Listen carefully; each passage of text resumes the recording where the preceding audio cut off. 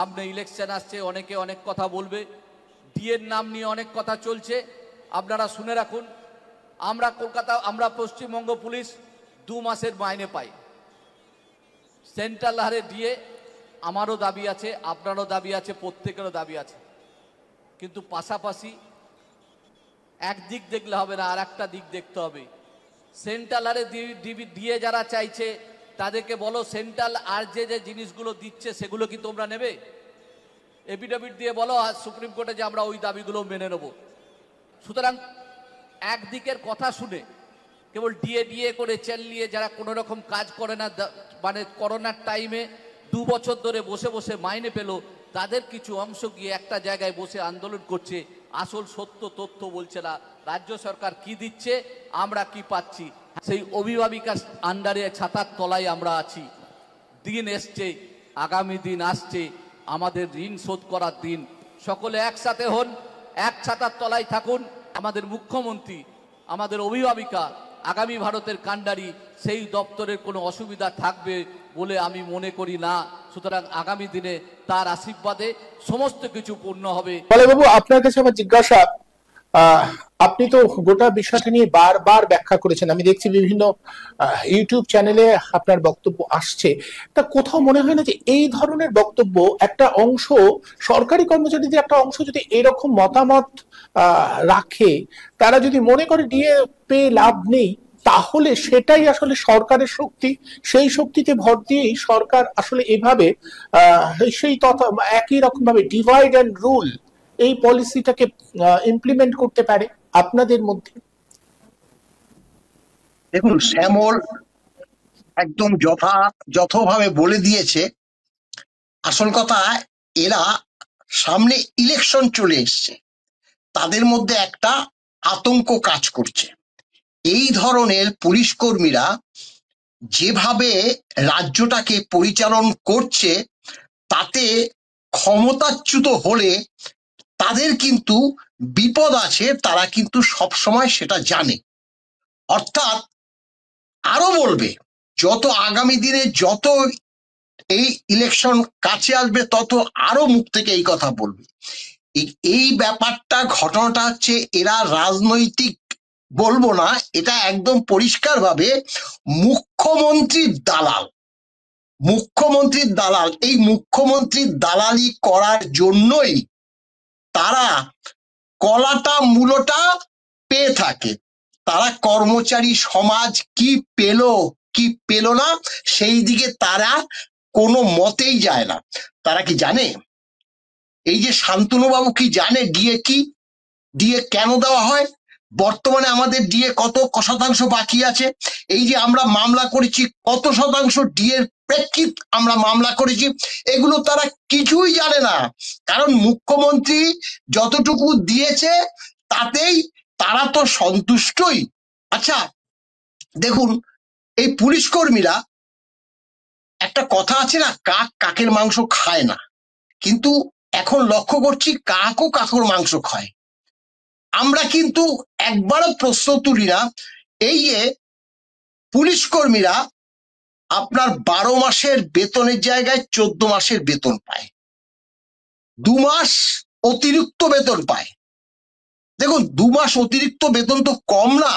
তার যদি 50,000 টাকা বেতন হয় একজন কর্মচারীর, পুলিশ কর্মীর, সে 1 লাখ টাকা পাচ্ছে, প্রায় 8 থেকে 10,000 টাকা প্রত্যেক মাসে এক্সট্রা পাচ্ছে। তাহলে আমাদের যে 2% 3% ডিএটা মানে বাড়ে, তাতেও তো অতগুলো টাকা হয় না। আমরা কি কোনোদিনও গিয়ে আমরা কর্মচারীরা, আমরা খোদ রাজ্য সরকারি কর্মচারীরা কি কোনো বলেছি যে পুলিশ কর্মীদের কেন দু মাসের অতিরিক্ত বেতন দিতে হবে, দেওয়া হয়? আমাদের কেন দেওয়া হয় না? স্পেশাল ভাবে WBCS অফিসারদের 2টো ইনক্রিমেন্ট অতিরিক্ত দেয়, বেতন বৃদ্ধি হয়ে যায়। আমরা কি কোনোদিনও বলেছি যে আমাদের কেন দেওয়া হয় না, আমাদেরও দিতে হবে? কারণ এটা দিয়ে আন্দোলন করলে আমাদের হয়তো তাদেরও দেওয়া বন্ধ হয়ে যাবে। আর এদিকে তিনি বলছেন যে যা যতটুকু দিচ্ছে ততটুকুই সন্তুষ্ট হতে হবে। এই ধরনের পুলিশ কর্মী, সে হতে পারে ডেপুটি কমিশনার অফ পুলিশ, ওতে আমাদের কি এসে যায়? ওতে আমাদের কি এসে যায়? অর্থাৎ এই যে পুলিশ কর্মী যে ধরনের কথা আজকে প্রকাশ্যে বললেন, মানে দুদিন আগে জয় জগন্নাথ বলে তিনি শেষ করলেন, মানে এই রাজ্যে এত দালালি করার ফলে আমরা কিন্তু সত্যি কথা আন্দোলনটা এগিয়ে নিয়ে যেতে পারছি না। এবং অনেকে বলে, আপনি যে বললেন যে অনেকেই নাকি চাইছে না, চাইছে না কারা? চাইছে না শাসক দলের সংগঠন যদি বলে যে চাইছে না, সেটা কিন্তু আমরা সম্পূর্ণভাবে বিশ্বাস করি না। শাসক দলের যে সংগঠন, শাসক দলের সংগঠনের এক শ্রেণীর যারা নেতৃস্থানীয় তারাও আছে। আমরা বলছি তো, আমাদের ডিএ মামলা চালাবার জন্য শান্তনুবাবু শুনে রাখা উচিত, তৃণমূলপন্থী সংগঠন যারা আছে, বহু কর্মচারী আমাদেরকে ডিএ মামলা চালাবার জন্য আর্থিক অনুদান দিয়েছে। কেন দিয়েছে? কারণ ডিএটা তাদেরও প্রয়োজন। তারা তো ওই শান্তনুবাবুর মতো কলাটা মূলোটা পাচ্ছে না। অতএব তারা জানে এই যে শাসক দলের মধ্যে যদি আমরা না থাকি, তাহলে আমাদের উপর এক প্রকার টর্চার হবে। টর্চার হবে অর্থাৎ কি রকম টর্চার? তাদেরকে নির্দিষ্ট জায়গা থেকে সরিয়ে দূর দূরান্ত জায়গায় বদলি করবে। তাদের যদি খুব প্রয়োজন হয় ছুটির, সেই ছুটি গ্রান্ট করবে না। তারা যদি প্রভিডেন্ট ফান্ড থেকে লোন নেওয়ার ইচ্ছা প্রকাশ করে, সেটা যাতে না পায় তার ব্যবস্থা করবে। এগুলো টর্চার, আমরা জানি তো এগুলো হচ্ছে। বাধ্য হয়ে যারা দুর্বল, অধিকাংশ সরকারি কর্মচারী কি হয়, অফিসে আসে, কাজ করে, চলে যায়। শাসক দলের মেম্বারশিপ নিতে হয়, নিয়ে 2 টাকা 5 টাকা 10 টাকা যেটা ওরা চাঁদা ধার্য করেছে সেটা দিতে হয়। এবং একটা কথা ঠিক, শাসক দলের মধ্যেও যারা আছে তারাও কিন্তু এখন ধীরে ধীরে আগামী দিনে সরকার পরিবর্তন হলে, এটাও ঠিক, আমাদের উপর যারা আক্রমণ করেছে, আগামী দিনে যদি সরকার পরিবর্তন হয়, আমরা কি তাদেরকে সুস্থ মতো এইভাবে কর্মচারী সমাজকে আমরা কি মেনে নেব যারা আমাদের উপর আঘাত এনেছে? শান্তনু বাবুদের জানা উচিত, আমাদের নামে মিথ্যে মামলা হয়েছিল হেয়ার স্ট্রিট পুলিশ স্টেশনের অসি, মিথ্যে মামলায় আমাদেরকে ফাঁসিয়েছিল যাতে আমরা জামিন না পাই। কোন ধরনের এই রাজ্য এটা? যে সরকারি আসুক না কেন, এই তৃণমূল সরকারটা কে এবার বিদায় জানাতেই হবে।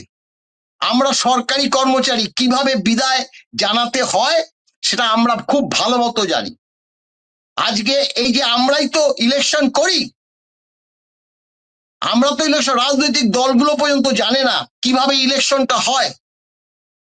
এই যে মৃত ভোটার, ডুপ্লিকেট ভোটার, আরে কজন চলে গেল বাংলাদেশে? বাংলাদেশে মুসলিমরা যে চলে যাচ্ছে, কতজন গেছে? 2000, 3000, 5000, 10,000? আরে ওরা ওরা ভোট ম্যাক্সিমামই তো ভোট দেয় না। কিন্তু যারা এখানে থেকে গেছে তাদের দিয়ে এই ফলস ভোট, প্রক্সি ভোট, মৃত ভোট এবং জোর করে 2টো, 2:30, 3টের পর থেকে ভোট হয় না। ভোট হয় না। ডিসিআরসি বলে একটা জিনিস আছে, আমাদের সন্দেহ হয় ডিসিআরসি, ডিস্ট্রিবিউশন সেন্টার আর রিসিভিং সেন্টার, অর্থাৎ যখন আমরা ভোট করাতে আগের দিন যাই, সেখান থেকে মাল রিসিভ করতে হয়, ভোট করাবার পরে আবার সেখানে মাল গিয়ে পৌঁছে দিতে হয়। দেখুন, আমরা তো খোদ সরকারি কর্মচারী, আমাদের যারা ভোট নিতে যায় পরিশ্রমটা কি কম নাকি? কই, সেখানে তো কেউ সুইসাইড করে না। অমানবিক পরিশ্রম, অমানবিক পরিশ্রম। এবং একথা ঠিকই, এই যে বামফ্রন্ট শূন্য হচ্ছে, কংগ্রেস শূন্য হচ্ছে, বিজেপি কিছুতেই বাড়তে পারছে না, কাউন্টিংটা পর্যন্ত ঠিক হয় না, কাউন্টিংটা পর্যন্ত ঠিক হয় না। মানে আপনাদের কর্মীদের হতাশ করবে না? যেভাবে বলা হচ্ছে যে কাজ না করে পয়সা নেয়, এরা কাজ করে না, আন্দোলন করছে, এইভাবে বলাটা মানে চূড়ান্ত অপমান। এই অপমান এটা তো একে তো আপনাদের ডিএ এর বঞ্চনা, তারপরে যদি এটা হতে থাকে তাহলে তো সত্যি আপনাদের খুব হতাশ করবে আপনাদের অনেক কর্মীকেরই।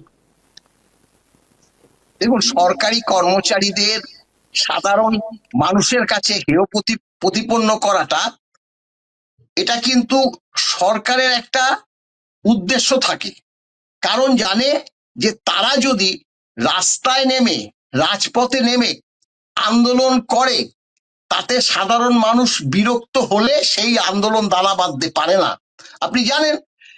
অতএব এই হতাশা যদি কর্মচারীদের মনে আনতে পারে, তারাও কিন্তু তখন আন্দোলনে সামিল হলেও সাধারণ মানুষের সমর্থন পায় না। দ্বিতীয় নম্বর, আমরা যে আগে মহাকরণের অভ্যন্তরে আমরা যে ধরনের লড়াই করেছি, সেটা হচ্ছে মিনি পশ্চিমবঙ্গ। ওই আন্দোলনের লড়াই সারা রাজ্যে গিয়ে উপস্থিত হয়েছিল, সেখানেও আন্দোলন হয়েছে। আর এখন আপনি নবান্নে যান, ঢুকতে পারবেন না। আমাদের মতো কর্মচারী সংগঠনের নেতাদের পর্যন্ত ঢুকতে দেয়নি, এত ভয়। অর্থাৎ তারা জানে, এই রাজ্যের মুখ্যমন্ত্রী এই জিনিসটা খুব জানে যে সংগঠনগুলোকে যদি ভেঙে দেওয়া যায় তাহলে আর আন্দোলন করতে পারবে না। থাকতো রাইটার্স বিল্ডিংসে, আমরা সরকারি কর্মচারীরাই ওকে তাড়িয়ে দিতে পারতাম রাইটার্স থেকে, সরকারি কর্মচারীরাই। কিন্তু ভয়ের চোটে ওই নবান্নের 14 তলায় গিয়ে উঠলো। আজকে তাই বলছি যে ডিএ, দেখুন সত্যি কথা বলতে কি, আমাদের এই যে আপনার এখানে যে আমি লাইভ করছি, কর্মচারী সমাজ ফোন করছে, কেটে দিতে হচ্ছে, কারণ তাদের একটাই এখন যে ডিএর অর্ডারটা কবে বেরোবে। দেখুন, ডিএর অর্ডারটা কবে বেরোবে, আমরা যেটা আশা করেছিলাম যে নভেম্বর মাসের মধ্যে বেরোবে, সেটা হলো না।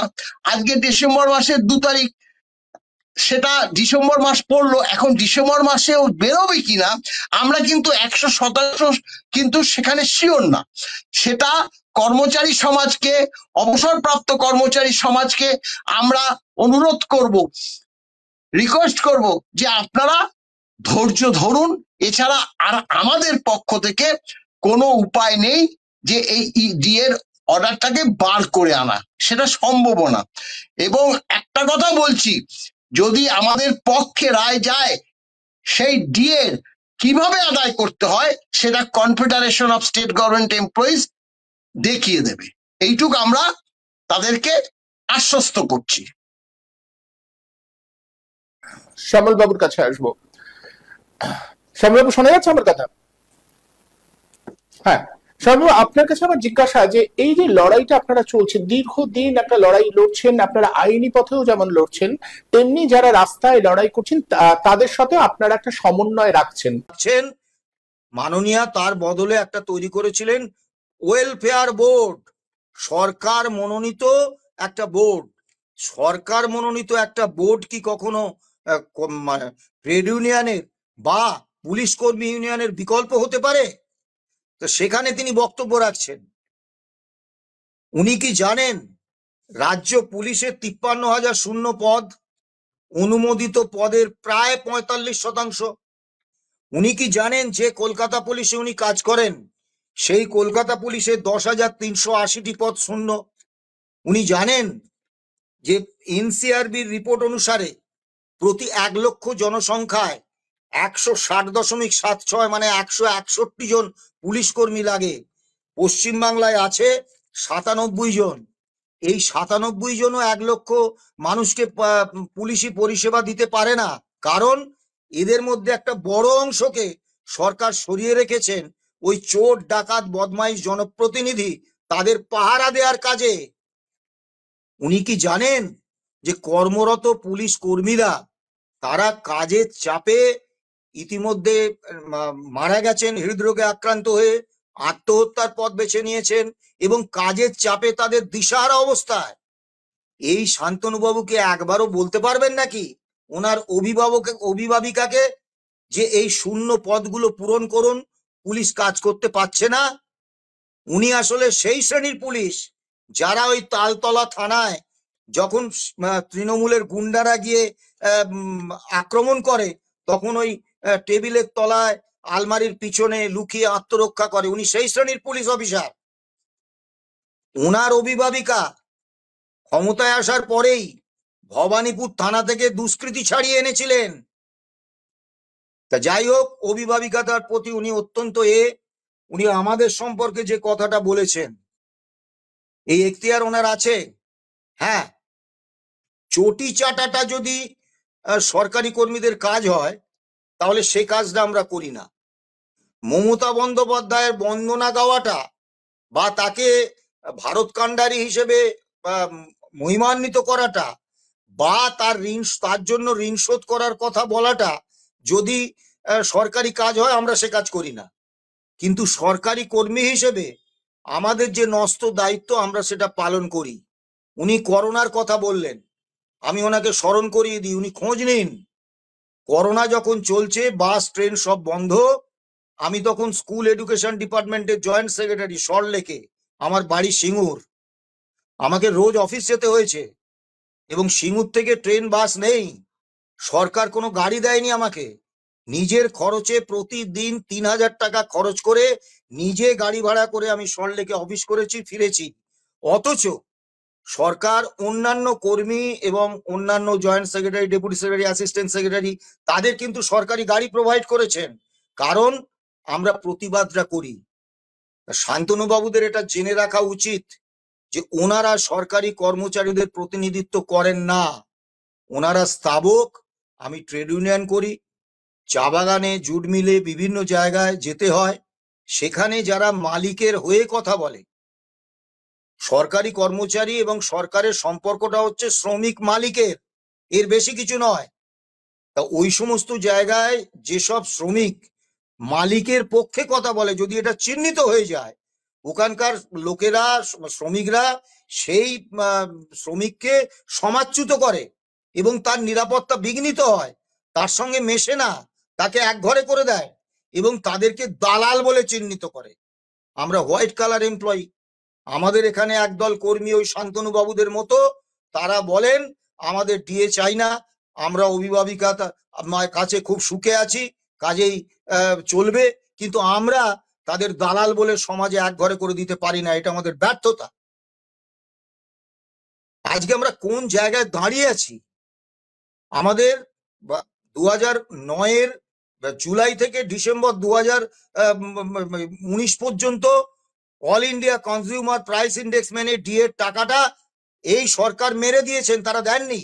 তার ভিত্তিতে আমরা মামলা করেছি, সরকার 6টা রায় হয়েছে, সুপ্রিম কোর্টে একটা অন্তর্বর্তীকালীন রায় হয়েছে, সরকার মানেনি। আজকে 40% ডিএ বকেয়া,